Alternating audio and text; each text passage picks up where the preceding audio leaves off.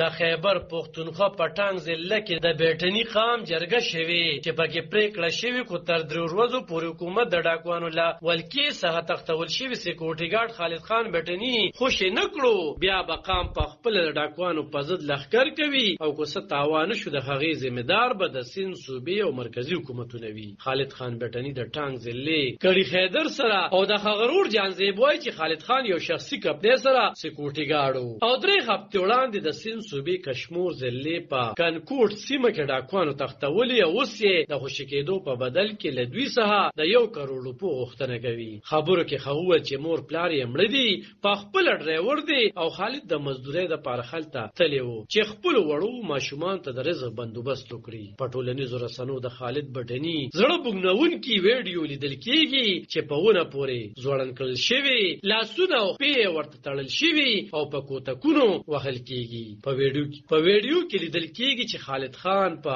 جړونی غږ د ځان د خوشی کولو غوښتنه کوي دغه پې په ضد نن د خالی پروس پټانګ ضلع کې د بیټني قام لوی جرګه شوی چې پکې د پښتنو د نورو قبیلو خلکو هم ګډون درلودو د جرګې یو غړي او د بیټني اتحاد مشر انارګل جرګې ته ویل چې په دې رستو کې دوی د سند صوبې د حکمران ګوند پاکستان پیپل پارټي مرکزی ویان او د وزیر اعظم خصوصي معاون فیصل کریم کونډي او د پی ډی ایم مشر مولانا پررحمان سره لیدلی وو دوی ته د خوی له لوري د تختول شوی خالد خان بیټني د خوشی کولو باور ورکړل شوی وو خو هغه چې لا تر دې مخاله د خالد خان د خوشی کولو لپاره د حکومت له لوري سګامونه نه دی غستل شوی د پاکستان پیپل ګوند مرکزی ویان فیصل کریم کونډي ویل چې هغه په دې اړه د سند حکومت سره تماس نیولې دی خو ویل چې د خالد خان د کېدو د لپاره پولیس لخوا د لټونی عملیات دوام لري او د عملیاتو په مخال د ډاکوانو ځینې مهم کسان نیول شوی دي د جرګې یو بل غړي لایق زاده ویل چې د سند د کچې سیمې ډاکوان د پاټا په توګه کاروي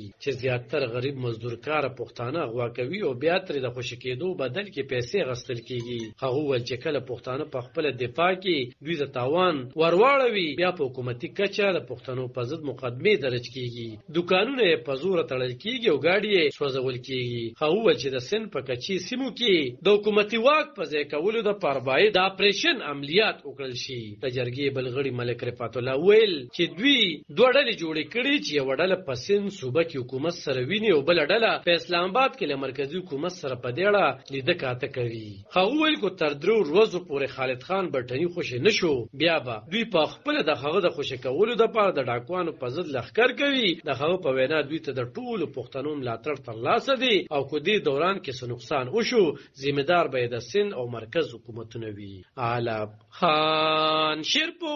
دلبر نیوز 400